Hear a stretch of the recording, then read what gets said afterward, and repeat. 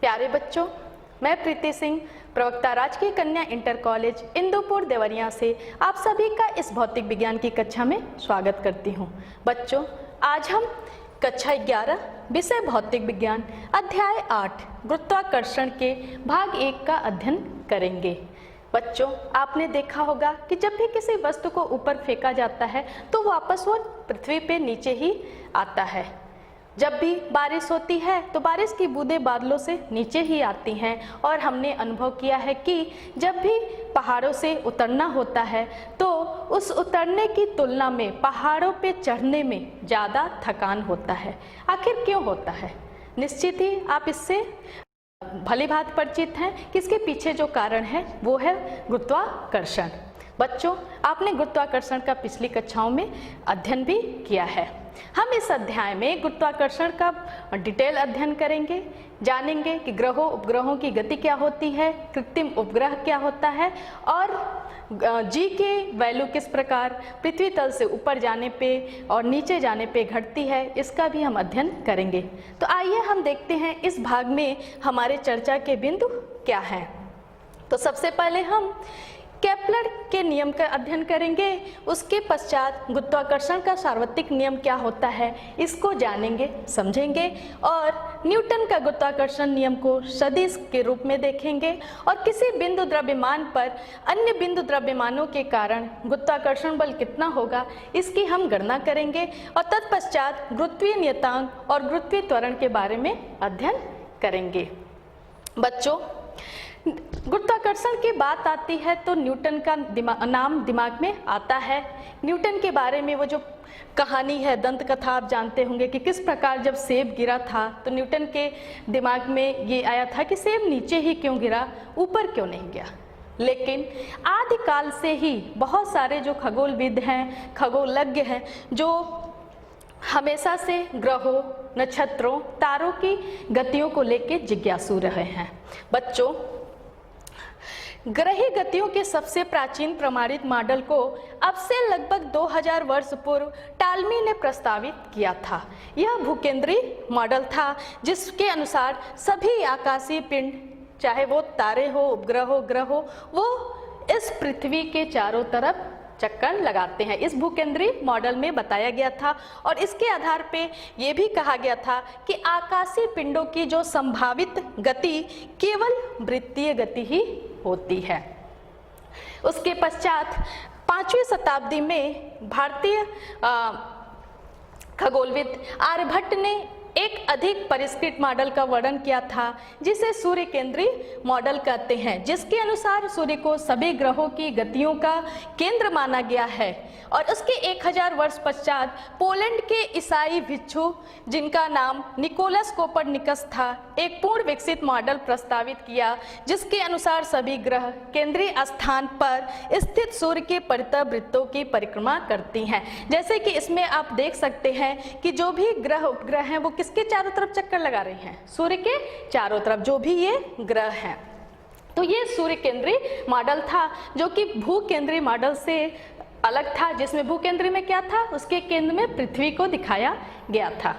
बच्चों, टाइको ब्रे, जिन्होंने समस्त जीवन काल में अपनी नंगी आंखों से ही सीधे ग्रहों का परीक्षण करते थे और उसका अभिलेखन तैयार किया, जिसके द्वारा जो संकलित आंकड़े थे, बाद में उसके सहायक जोहानेस केपलर ने उस प्रेक्षण, उस गणना के आधार पे उन्होंने 3 परिष्कृत नियमों को प्रतिपादित किया जिसे आज हम केपलर के नियम से जानते हैं। जोहानेस केपलर जर्मन के मूल वैज्ञानिक थे। उन्होंने टाइको ब्रे और उनके सहयोगियों द्वारा बहुत परिश्रम पूर्वक लिए गए प्रेक्षणों के आधार पर ग्रहों की गति से संबंधित 3 नियम प्रतिपादित किए जिन्हें हम केपलर का नियम कहते हैं। आइए हम देखते हैं केपलर का नियम क्या है। तो केपलर का जो नियम है, केपलर लॉ, फर्स्ट लॉ है जो कक्षाओं का नियम, लॉ ऑफ ऑर्बिट्स। इसके अनुसार सभी ग्रह दीर्घवृत्तीय कक्षाओं में गति करते हैं तथा सूर्य इसकी एक नाभि पर स्थित होती है। जैसा कि आप चित्र से देख सकते हैं, ये एक दीर्घ वृत्त है, इसके 2 फोकस हैं। इस दो फोकस में से उनके अनुसार किसी भी एक फोकस पे सूर्य होगा और जो प्लैनेट होगा इस दीर्घ वृत्ताकार कक्षा में उसका चक्कर लगाएगा। ये केपलर का फर्स्ट लॉ था। केपलर का सेकेंड लॉ है क्षेत्रफलों का नियम या लॉ ऑफ एरियाज। इसके अनुसार सूर्य से किसी ग्रह को मिलाने वाली रेखा समान समय अंतरालों में समान क्षेत्रफल प्रसर यानी कि स्वेप करती है, अर्थात ग्रह का क्षेत्रफलीय वेग नियत होता है। देख लीजिए, जैसे कि एक फोकस पे दीर्घवृत्ताकार ये जो कक्षा है उसके फोकस पे सूर्य है और एक प्लैनेट है। कहने का मतलब अगर प्लैनेट ए है और ए से बी में जाने में ये t समय ले रही है तो इसका ये जो क्षेत्रफल होगा, अगर दूसरे साइड अगर जब ग्रह इसके नज़दीक आ रहा है और वो C से D जाता है तो इसी t टाइप में जितना ये क्षेत्रफल कवर करता है दोनों बराबर होंगे। इसे क्षेत्रफलीय वेग नियम कहते हैं, इसे क्षेत्रफलों का नियम कहते हैं। आइए देखते हैं कि क्षेत्रफल का नियम क्या है, इसको और अच्छे से समझते हैं। बच्चों देखिए, एक ये दीर्घवृत्ताकार कक्षा है और ये सूर्य है S और P कोई प्लैनेट है। यहाँ पे इसकी R जो है सूर्य से इसकी दूरी है। अगर हम मान लेते हैं कि ग्रह की स्थिति सदिश R है और उसका संवेग P वेक्टर है, तब m द्रव्यमान का कोई भी प्लैनेट है यदि, तो डेल्टा टी समय में वो कितना एरिया स्वेप किया, अर्थात कितना एरिया ये चला, तो उस वो हो जाएगा delta A equal to 1/2 r cross vector v into delta T. ये v इंटू डेल्टा टी क्या है, ये देखिए p से p डैश तक की चली गई विस्थापन, और r वेक्टर क्या है ये, तो इसका जब क्रॉस प्रोडक्ट आएगा तो ये डेल्टा ए वेक्टर होगा। यहाँ से बच्चों हम जानते हैं कि जो संवेग होता है p इक्वल टू क्या होता है m v, तो हम यहाँ से लिख सकते हैं कि v वेक्टर इक्वल टू क्या हो जाएगा p वेक्टर अपान m, और ये वैल्यू यहाँ पे पुट की गई तो यहाँ से आ गया delta a vector upon delta t equal to 1/2 r vector cross p vector divided by m। और r क्रॉस p क्या होता है, ये कोणीय संवेग है, r क्रॉस p के करस्पॉन्डिंग कोणीय संवेग L वेक्टर है, इसको हम डिनोट करते हैं L वेक्टर से, और ये हो जाएगा L वेक्टर अपान 2m। बच्चों किसी केंद्रीय बल के लिए जो R के अनुदिश निर्देशित हैं, L एक नियतांक होता है, जबकि ग्रह परिक्रमा कर रहा है उससे कोई फर्क नहीं पड़ता है। तो जब ये L नियतांक है तो यहाँ से हम क्या देख सकते हैं कि delta A upon delta T equal to constant, अर्थात समान समय में जो भी क्षेत्रफल ये तय करता है ग्रह वो क्या होगा, वो बराबर होगा। क्षेत्रीय जो चाल होगा ग्रह का वो बराबर होगा। बच्चों देखिए, कोणीय संवेग यहाँ पे क्या है नियत होता है, तो इसलिए अगर मान लीजिए कोई P पे m द्रव्यमान का जो प्लैनेट है और उस वहाँ पे उसका वेग v1 हो और सन से डिस्टेंस r1 हो, तो हम लिख सकते हैं कोणीय संवेग m v1 r1। और इसी प्रकार कोई अन्यत्र कहीं मान लीजिए जैसे यहाँ पे कोई n है और यहाँ पे इसका जो वेग v2 हो और डिस्टेंस r2 हो, तो हम लिख सकते हैं m v2 r2। तो यहाँ से हम लिख देंगे v1 r1 equal to v2 r2। यहाँ से देखिए, जब r1 कम होगा अर्थात जब प्लैनेट सूर्य के नज़दीक होगा तो क्या होगा, वेग यहाँ पे अधिक हो जाएगा, अर्थात सूर्य के निकट जब प्लैनेट आएगा तो उसका वेग ज़्यादा हो जाता है, और सूर्य से जब दूर होता है प्लैनेट तो वहाँ पे वेग कम हो जाता है। आइए देखते हैं केपलर्स का तृतीय नियम क्या है ग्रहों संबंधित गति का, तो वो है आवर्त कालों का नियम, जिसे हम कहते हैं लॉ ऑफ पीरियड्स। किसी ग्रह के परिक्रमण काल का वर्ग उस ग्रह द्वारा अनुरेखित दीर्घवृत्त के अर्ध दीर्घ अक्ष के घन के अनुक्रमानुपाती होता है। देखिए, ये कोई दीर्घवृत्त है, इसका ये दीर्घ अक्ष है, क्या है ये 2a जिसकी लेंथ है, इसका अर्ध दीर्घ अक्ष क्या होगा, इसका हाफ, यानी कि ये हो गया ए। और मान लीजिए ग्रह एक चक्कर लगाने में ये कितना टाइम ले रहा है, वो है t। तो जो t का स्क्वायर होगा वो डायरेक्टली प्रोपोर्शनल होगा a क्यूब, जो कि आवर्तकालों का नियम कहलाता है। बच्चों ये देखिए इस टेबल में, और यदि आप देखेंगे ये ग्रहों की जो गति है, जिसका ए क्या है, अर्धदीर्घ अक्ष है, कैपिटल टी क्या है, ग्रहों का परिक्रमण काल है, और यहाँ क्यू है T square by A cube. जब आप इसको देखेंगे तो इस टेबल से आपको क्या दिखता है कि केपलर के आवर्तकालों के नियमों की यहाँ से पुष्टि हो रही है। जैसे आप बुध के लिए देख सकते हैं कि ए = 5.79 और ये इंटू 10⁻10 है, यहाँ 10⁻10 मीटर में है, और t की वैल्यू आती है 0.24 ईयर, और q की वैल्यू है 2.95 इंटू 10⁻34 ईयर स्क्वायर प्रति मीटर क्यूब। बच्चों आइए हम गुरुत्वाकर्षण का सार्वत्रिक नियम देखते हैं क्या है। न्यूटन ने अपने अनुभव के आधार पर यह बताया कि आर्यम त्रिज्या की, ये देखिए आर्यम त्रिज्या की कक्षा में यदि चंद्रमा पृथ्वी का परिक्रमा कर रहा है तो पृथ्वी के गुरुत्व के कारण चंद्रमा पे एक अभिकेंद्र त्वरण आरोपित होगा, और जिसकी वैल्यू हम लिख सकते हैं am = v²/rm = 4π²rm/t²। इसको आप इस प्रकार बोल सकते हैं कि जैसे वृत्तिगत में आपने पढ़ा था, जो अभिकेंद्र त्वरण a = क्या होता है, v²/r। r वहाँ पे त्रिज्या होती थी, यहाँ पे rm है, और फिर हम लिखते थे v = r⍵/r, तो ये हो जाएगा r²⍵²/r, और फिर जब हम ओमेगा को लिखेंगे तो ये हो जाएगा 2π/T का स्क्वायर, और यहाँ से ये आ गया 4π²/T² इंटू rm। यहाँ पे r की जगह यहाँ पे क्या है, rm, जिस कक्षा में चंद्रमा पृथ्वी की चक्कर लगा रही है उसकी त्रिज्या। बच्चों चंद्रमा का आवर्तकाल 27.3 दिन होता है, और आर्यम उस कक्षा की जो त्रिज्या होती है वो 3.84 इंटू 10⁸ मीटर होती है। जब टी और आर्यम की यहाँ पे हम वैल्यू पुट करते हैं, तो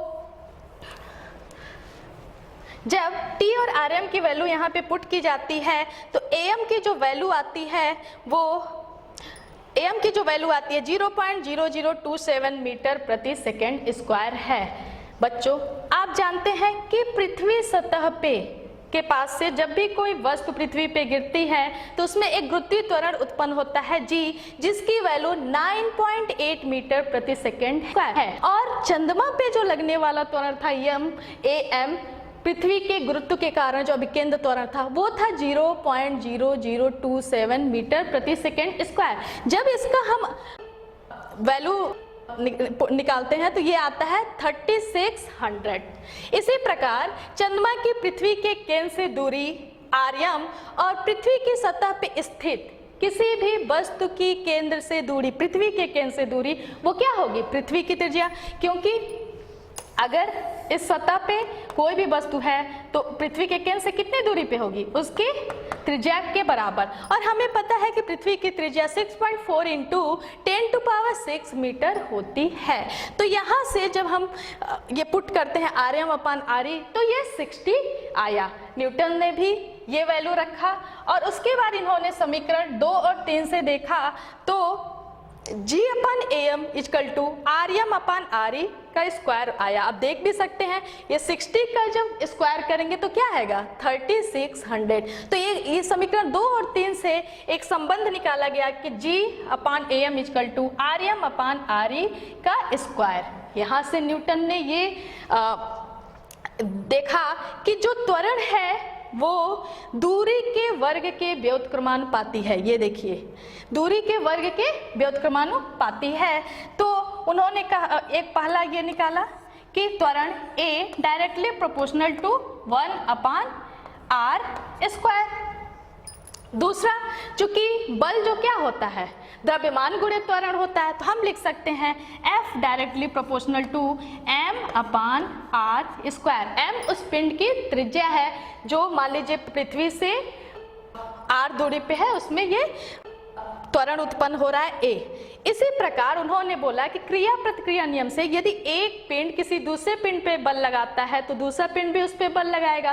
तो यदि पृथ्वी किसी वस्तु पे फोर्स लगा रही है F, तो वस्तु भी पृथ्वी के द्रव्यमान पे बल लगाएगा। तो इसलिए उन्होंने कहा कि जो ये बल होगा वो पृथ्वी के द्रव्यमान के भी प्रोपोर्शनल होगा, अर्थात F directly proportional to ME अगर पृथ्वी का द्रव्यमान है, M/r²। यहाँ से हम लिख सकते हैं, जब भी प्रोपोर्शनलिटी साइन हटाते हैं एक कांस्टेंट यूज होता है और इक्वल साइन लगता है। तो F equal to capital G ME M/r²। यही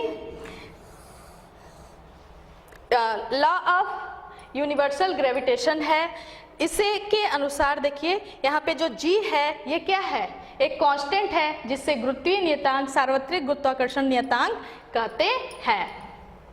बच्चों ये था गुरुत्वाकर्षण का जो नियम था। यहाँ से न्यूटन ने ये बताया, उनका जो एक फेमस कोटेशन है जो कि उनकी एक जो भी उनके लॉ जो प्रबंध किए गए थे जिस बुक में प्रिंसिपिया से लिया गया है, तो उस प्रिंसिपिया से उनका एक कोटेशन है कि every particle of matter in the universe attracts every other particle with a force that is directly proportional to the product of the masses of the particles and inversely proportional to the square of the distance between them.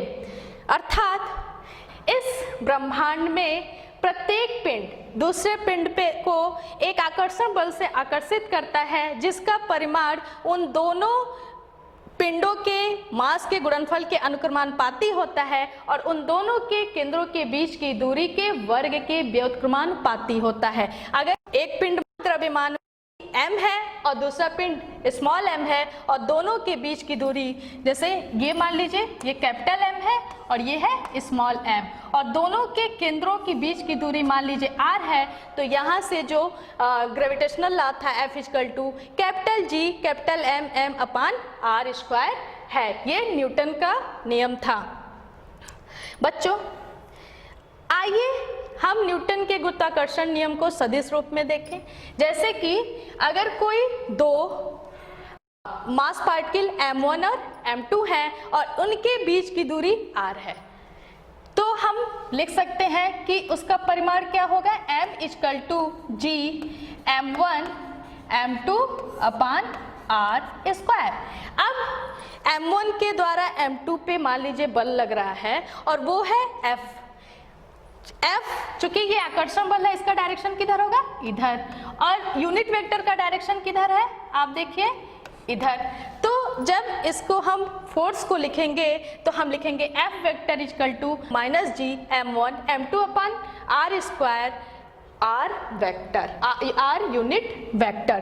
तो इस प्रकार इसको सदिश रूप में लिखते हैं। यहाँ से G की वैल्यू देखिए कितनी आएगी, यदि m1 बराबर m2 बराबर 1 kg हम रखें और r इक्वल टू 1 मीटर रखें, तो सार्वत्रिक गुरुत्वाकर्षण स्थिरांक क्या हो जाएगा, G इक्वल टू F। तो हम यहाँ से डिफाइन करेंगे कि सार्वत्रिक गुरुत्वाकर्षण स्थिरांक परिमाण में उस आकर्षण बल के बराबर है जो एक दूसरे से एकांक दूरी पर स्थित एकांक द्रव्यमान वाले दो कणों के बीच कार्य करता है। G का SI मात्रक न्यूटन मीटर स्क्वायर प्रति किलोग्राम स्क्वायर होता है। G का विमीय सूत्र m-1 L³ T⁻² होता है। बच्चों यहाँ पे देखिए कि अगर m1 के कारण m2 पे जो लगने वाला जो बल है, ये मान लीजिए F21 है, m1 के कारण m2 पे लगने वाला बल, और m2 के कारण m1 पे लगने वाला बल F12 है, तो जो रिलेशन होगा F12 vector equal to -F21 vector होगा, क्योंकि ये आकर्षी बल होते हैं, आकर्षण बल होता है। बच्चों आइए देखते हैं कि किसी बिंदु द्रव्यमान पर अन्य बिंदु द्रव्यमानों के कारण गुरुत्वाकर्षण बल क्या होगा। मान लीजिए बहुत सारे बिंदु द्रव्यमान है, जैसे M2, M3, M4 and so on, और उसके कारण हम M1 बिंदु द्रव्यमान पे जानना चाहते हैं कि गुरुत्वाकर्षण बल क्या होगा।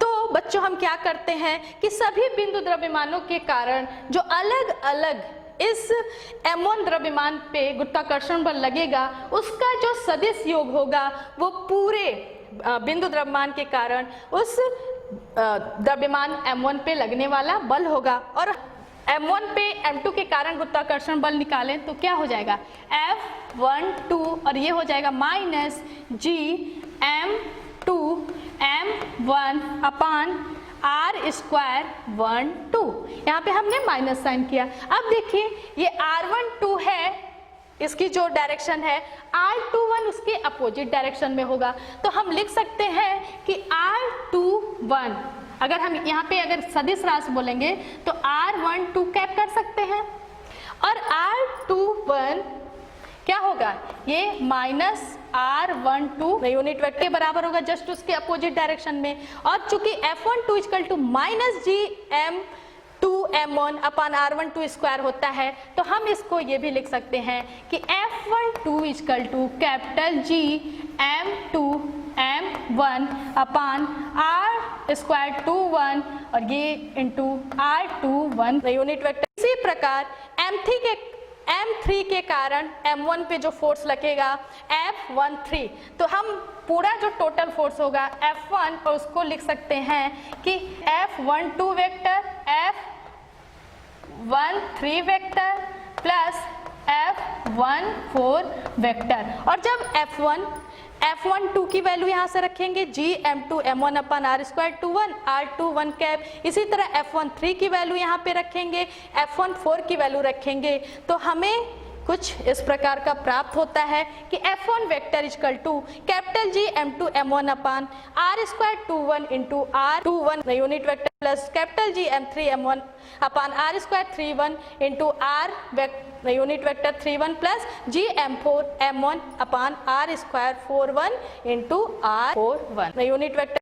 बच्चों अभी ये क्या था कि बिंदु द्रव्यमानों के कारण किसी बिंदु द्रव्यमान पे गुरुत्वाकर्षण बल था, ये इसे हम सदिश योग कर लेते हैं। लेकिन यदि कोई विस्तारित द्रव्यमान है, बहुत ही बड़ा पिंड है, तो उसके कारण किसी बिंदु द्रव्यमान पे गुरुत्वाकर्षण बल होगा, वो क्या करेंगे, हम ये मानते हैं कि वो पूरा जो विस्तारित बड़ा पिंड है वो छोटे छोटे m बिंदु द्रव्यमानों से मिलके बने हैं, और जिसका उस बिंदु M1 पर जो गुरुत्वाकर्षण बल होगा वो सदिश योग होगा। और इसको हम कैलकुलस के द्वारा ज्ञात करते हैं, और उससे हमें दो महत्वपूर्ण बिंदु प्राप्त हुए। ये कह लीजिए कि जो नोट करने योग्य है, वहां से दो महत्वपूर्ण बिंदु प्राप्त हुए। इसको देख लीजिए क्या है कि किसी एक समान घनत्व के खोखले गोलीय खोल यानी कि हालो स्फेरिकल सेल तथा खोल के बाहर स्थित किसी बिंदु द्रव्यमान के बीच आकर्षण बल ठीक ठाक उतना ही होता है जैसा कि खोल के समस्त द्रव्यमान को उसके केंद्र पर केंद्रित मानकर ज्ञात किया जाता है। कहने का मतलब है कि यदि कोई ये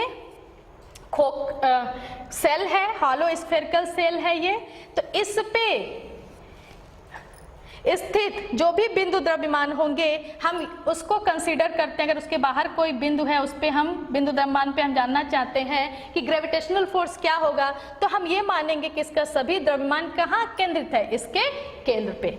दूसरा क्या है कि एक समान घनत्व के किसी खोखले गोले के कारण उसके भीतर स्थित किसी बिंदु द्रव्यमान पर आकर्षण बल शून्य होता है। यानी कि यदि कोई खोखला गोला है और इसके भीतर हम कहीं जानना चाहते हैं कि गुरुत्वाकर्षण बल क्या होगा, आकर्षण बल क्या होगा, तो वो क्या होगा, ये शून्य होगा। कब? जब वो खोखला गोला एक समान घनत्व का हो तब। बच्चों आपने गुरुत्वीय नियतांक के बारे में जाना, अध्ययन किया। गुरुत्वीय नियतांक कैपिटल जी की value 6.67 into 10⁻11 newton metre square प्रति केजी स्क्वायर होता है। सर्वप्रथम सन 1798 में अंग्रेज वैज्ञानिक हेनरी कैवेंडिश ने प्रायोगिक आधार पर गुरुत्वीय नियतांक कैपिटल जी का मान ज्ञात किया था। इसमें जो उन्होंने प्रयोग में जो ऑपरेटर्स यूज किया था, उपकरण यूज किया था, उसका प्रबंध इस चित्र में है। इसमें एक छड़ होता है AB और मान लीजिए इसकी लेंथ है कैपिटल L। इसके दोनों सिरों पे दो छोटे छोटे शीशे के बॉल होते हैं, A और B जुड़े होते हैं और इस छड़ को एक पतले तार के द्वारा दृढ़ आधार से लटकाया जाता है। फिर दो बड़े द्रव्यमान के जो वस्तु है, बड़ी वस्तु है पिंड S1 और S2, जिसका मान लीजिए द्रव्यमान है कैपिटल M, दोनों का कैपिटल M है। इसको चित्र के अनुसार रखा जाता है। देखिए A के ये इस साइड है तो B के उस साइड, अर्थात दोनों अपोजिट है। तो इस M कैपिटल M द्रव्यमान और यहाँ पे स्मॉल m का जो द्रव्यमान, इन दोनों के बीच में गुरुत्वाकर्षण बल लगेगा। इस M द्रव्यमान के कारण जो इसके अपोजिट साइड में दूर स्थित है द्रव्यमान की वस्तु पिंड, उस पे शीशा का जो गोला है उस पे जो फोर्स लगेगा, गुरुत्वाकर्षण फोर्स, ग्रेविटेशनल फोर्स लगेगा, वो नेग्लिजिबल होगा। तो हम ये कह सकते हैं कि इसके कारण जो आकर्षण बल लगेगा F इस डायरेक्शन में होगा और इसके कारण इस डायरेक्शन में होगा। इसमें एक बल आघूर्ण कार्य करेगा और इसमें छड़ में रोटेशन होगा। तो जैसे ही छड़ रोटेट करेगी, तार में क्या होगा, ऐंठन होगा और उसमें प्रत्यानयन बल आघूर्ण उत्पन्न होगा, जो कि इस गुरुत्वीय बल आघूर्ण से छड़ के रोटेशन को रोकेगा। संतुलन की स्थिति में हम ये कह सकते हैं कि जो गुरुत्वीय बल आघूर्ण है वो प्रत्यानयन बल आघूर्ण के बराबर होगा। तो मान लीजिए इन दोनों के बीच की दूरी ये स्मॉल d है। दोनों मान लीजिए दोनों एक छोटे द्रव्यमान की वस्तु और बड़े द्रव्यमान के बीच की दूरी स्मॉल d है, तो हम गुरुत्वाकर्षण बल से लिख सकते हैं, ये हो जाएगा capital G m small m अपन d स्क्वायर। एक बल की वैल्यू हो गई किसी भी, और इनके बीच की दूरी L है, तो हम L से गुणा कर दें तो बल आघूर्ण का मान ज्ञात हो जाएगा। और यदि थीटा एंगल ऑफ ट्विस्ट हो और टाउ प्रत्यानयन बल युग्म में प्रति एकांक एंगल ऑफ ट्विस्ट यानी विवर्तन कोण हो, तो हम लिख सकते हैं इसको टाउ इंटू थीटा के बराबर। और यहाँ से अगर थीटा की वैल्यू कैलकुलेट कर ली जाए तो हम जी की वैल्यू ज्ञात कर सकते हैं।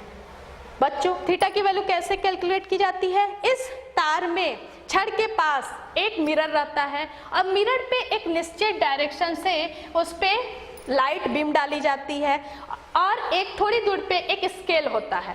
तो जैसे ही लाइट बीम डाली जाएगी तो उसका जो परावर्तित किरण होगी वो स्केल पे जाएगी और वो रीडिंग ली जाती है। जैसे ही ये रोटेट करेगा थोड़ा भी, तो मिरर भी रोटेट करेगा उस छड़ के साथ और उसमें डिफ्लेक्शन होगा, तो वहां से हम थीटा मेजर कर सकते हैं और इस प्रकार कैपिटल जी की वैल्यू ज्ञात की जाती है।